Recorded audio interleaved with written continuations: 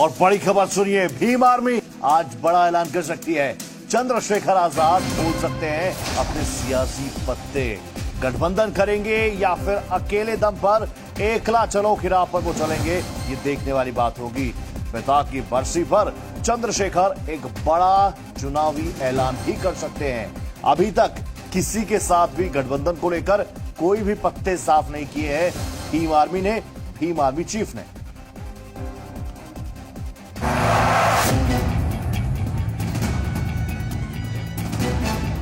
इन्होंने मेरी 3 सभा कैंसिल किया।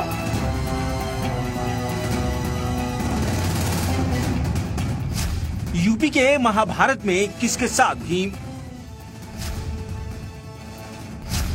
चलेगा भीम का गदा या रहेगा दुक्का?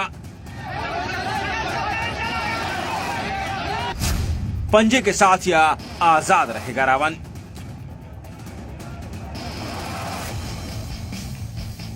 यूपी की सियासी फिजा गर्मा चुकी है। सभी मोर्चे विजय के लिए गेम प्लान सेट कर चुके हैं, लेकिन इस दौड़ में एक नाम अभी भी सस्पेंस का पर्याय बना हुआ है।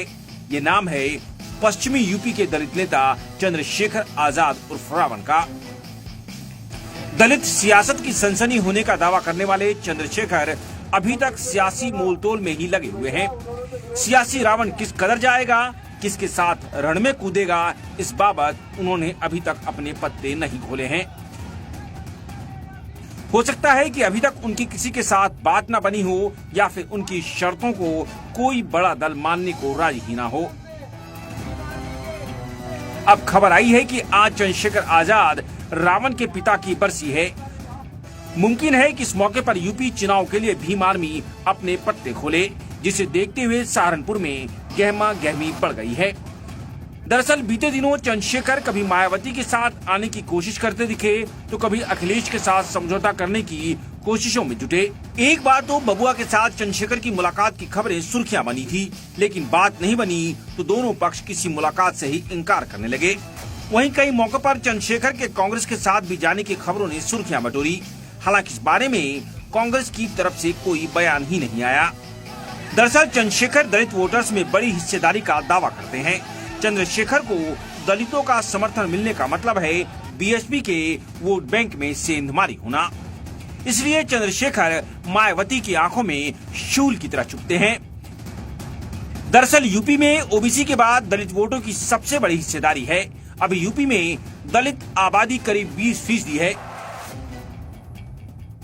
जिसमें करीब 14% जाटव दलित हैं। बाकी बचे 8% में दूसरी दलित जातियां हैं, जिसमें मुसहर, बसोर, सपेरा और रंगरेज शामिल हैं। मायावती और चंद्रशेखर आजाद जाटव समाज से ताल्लुक रखते हैं।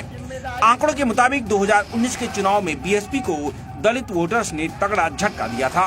तब दलित वोटर्स का बड़ा तबका बीजेपी के साथ गया था। बीजेपी ने गैर जाटव दलितों को टारगेट कर बीएसपी को बड़ा झटका दिया था, लेकिन अब एक बार फिर बीएसपी दलितों, खास तौर पर जाटव वोटर्स को लेकर बड़े बड़े दावे कर रही है, जबकि चंद्रशेखर आजाद जाटव वोट बैंक में सेंधमारी को तैयार बैठे हैं। ब्यूरो रिपोर्ट, जी मीडिया।